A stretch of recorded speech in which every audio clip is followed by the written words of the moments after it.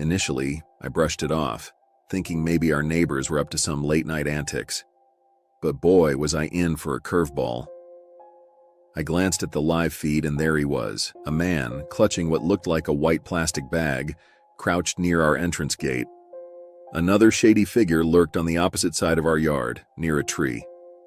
Panic gripped me as I dialed my boyfriend and spilled the beans about the unwanted guests in our backyard. His voice urged me to play it cool, turn off the lights and hush our barking furballs. I scooped up our canine pals and sought refuge in the closet, waiting for my boyfriend's next call. Truth be told, I was too rattled to dial 911, so my boyfriend made the call on my behalf. And let's be real, I wasn't about to flip those lights off just in case someone out there was watching and figured out we weren't alone. As I waited in the closet, I kept a vigilant eye on the live camera feed, praying I wouldn't see those creeps again. At last, they disappeared from the screen. I replayed the footage, heart racing, only to notice something eerie. They'd entered our neighbor's driveway, slinked through the gate, and craftily as a fox, avoided setting off our camera as they approached our bedroom window. It was at this point that the motion-activated light flicked on, and the camera's robotic voice chimed, "Hi, you're now being recorded." Our bedroom window, the biggest one we had, was right at the back of the house, and it would have been a piece of cake for them to boost themselves up and check if it was open.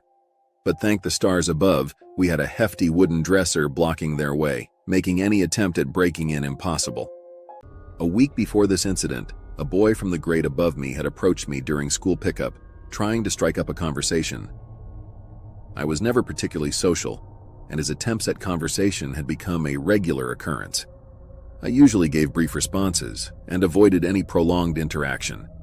On one occasion, he asked for my phone number, but I politely declined. After some persistence, he eventually gave up and left me alone. Now, back to the first day of Christmas break. It was evening, and my parents and sister wouldn't be back for a few hours. I decided to unplug the living room security camera to have some privacy for a while. I wanted to do some weird stuff without the risk of my parents watching it later.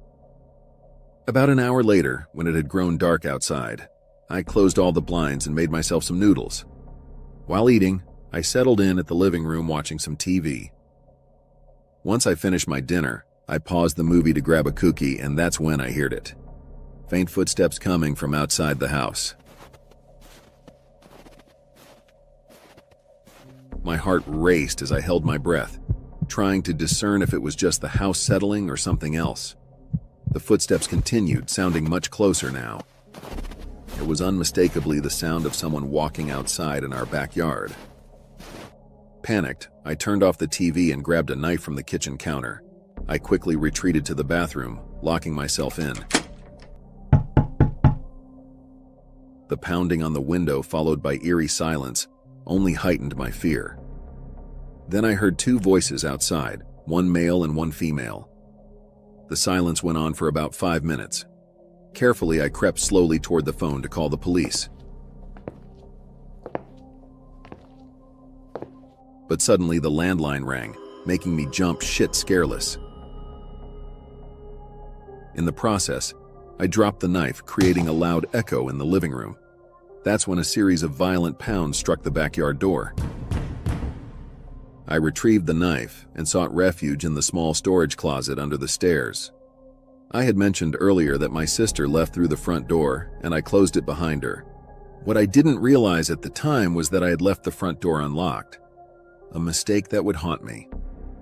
The front door opened and loud but slow footsteps entered the hall, sending shivers down my spine.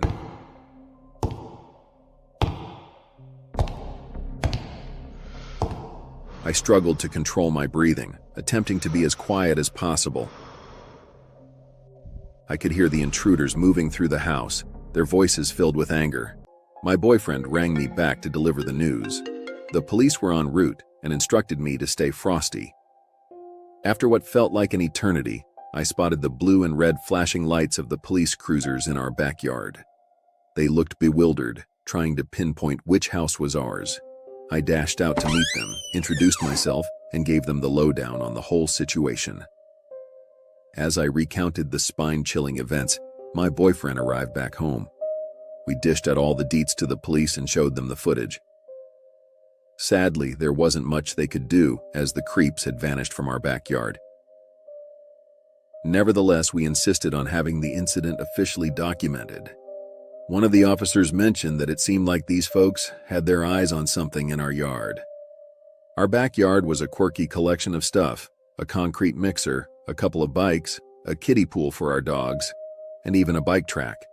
If these miscreants had tried to swipe any of that, I might have just rolled my eyes and let it slide. But it was crystal clear that they knew our yard layout like the back of their hand, from the gate to the camera placements.